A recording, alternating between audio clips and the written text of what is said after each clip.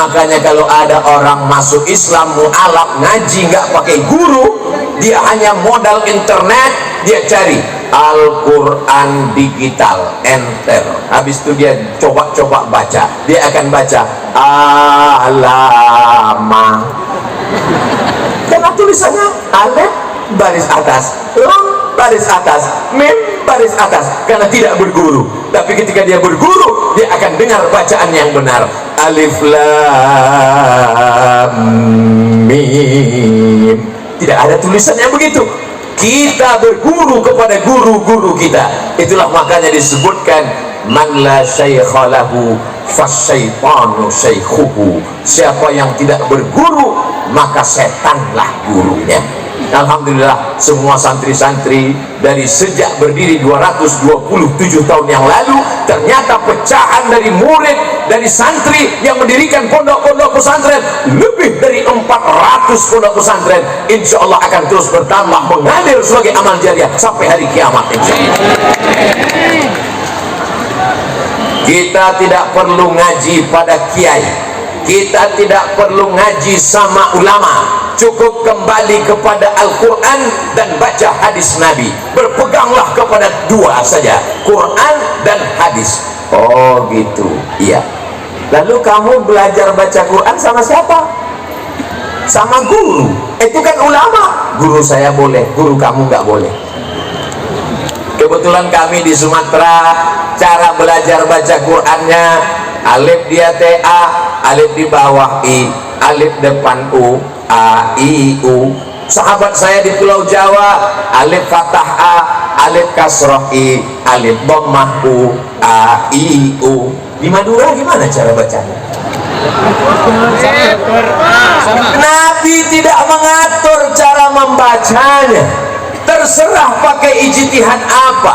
Dulu pakai qaidah Baghdadiyah, lalu kemudian muncul metode namanya Iqra, muncul lagi metode namanya Qiraati, muncul lagi metode namanya orang dari Batam namanya Pak Hatta, dia buat metode Hattaiyah.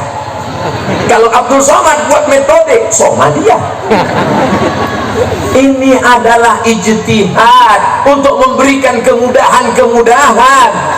Lalu kalau dikatakan siapa yang membaca Quran dengan metode yang tidak diajarkan Nabi, maka dia sudah melakukan perbuatan bid'ah. Terbantahkan dengan ucapan Sayyidina Umar ibn Khattab saat melihat orang sholat tarawih dengan imam yang bagus, dengan jamaah yang ramai, dibuat 20 rakaat ditambah 3 witir. Apa kata beliau?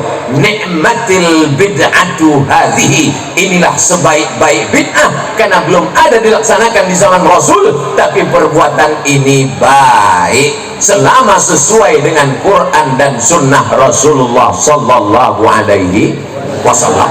Suatu ketika saya sedang menyampaikan tausiah, datang orang ngasih kertas. Ustaz Somad, ini ada pertanyaan. Apa pertanyaannya? Yang ngasih pertanyaan pakai cincin emas. Kita tahu bahwa cincin emas hukumnya haram.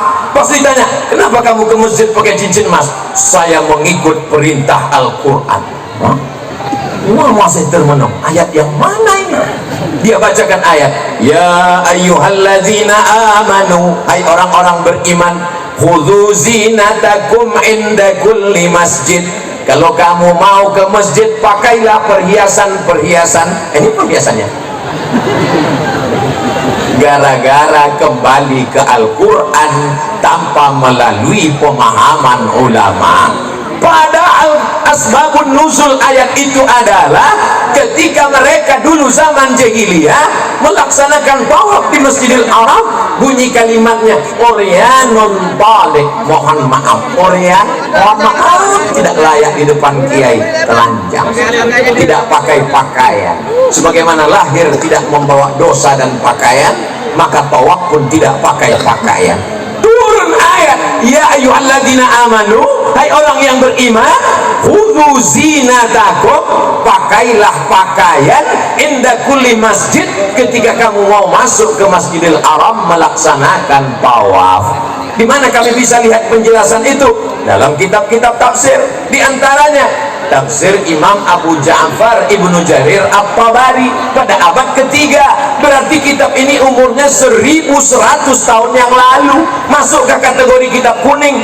Maka dia kitab kuning walaupun warnanya putih.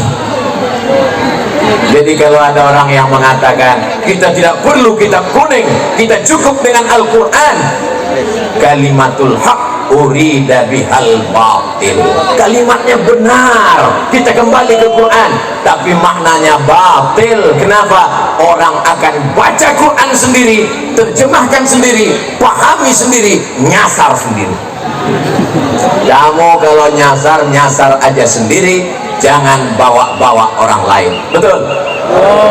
Jamaah yang dimuliakan Allah Subhanahu wa ta'ala, ini jamaah ramai luar biasa sampai nggak kelihatan ujungnya di mana. Kalau mau tahu ujungnya di mana, maka nyalakan semua handphone yang ada senternya. Yang nggak punya senter, beli senter, jual handphonenya. Maulaya salli wa sallim daiman abada ala habibika khairil khalqi kullihim Muhammadun sayyidul kaunaini wazzaqalaini wal fariqaini min arbin wa min ajami maulaya salli wa sallim daiman abada ala habibika khairil khalqi kullihim antal الذي ترجى شفاعته لكل هول من الأهوال مقتحم مولاي صل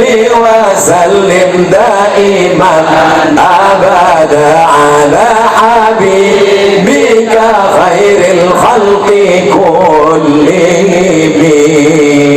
Boleh dihidupkan lagi, takutnya nanti pulang miskol masuk, baterai habis. Apa tadi yang dibacakan Ustaz Somad itu? Solawat. Solawat dari siapa? Imam Al-Busiri. Dia tinggal di mana?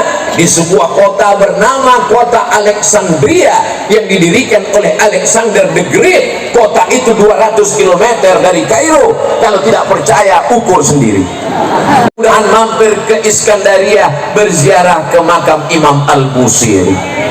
Seorang laki-laki yang tidak berdaya, lumpuh, tidak bisa menulis, tidak bisa berjalan, tidak bisa berbuat apa-apa, tapi dia berusaha keras untuk membuat untayan kata, memaksakan diri dengan ujung jarinya memuji Rasulullah sallallahu alaihi wasallam.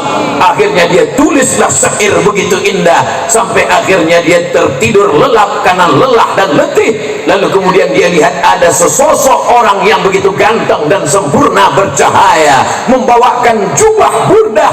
Maka setelah dia terbangun dan tersadar, sembuh sehat walafiat, maka dia berilah judul syair itu bernama syair burdah, karena hadiah dari Rasulullah sallallahu alaihi wasallam, sembuh dalam keadaan sehat walafiat.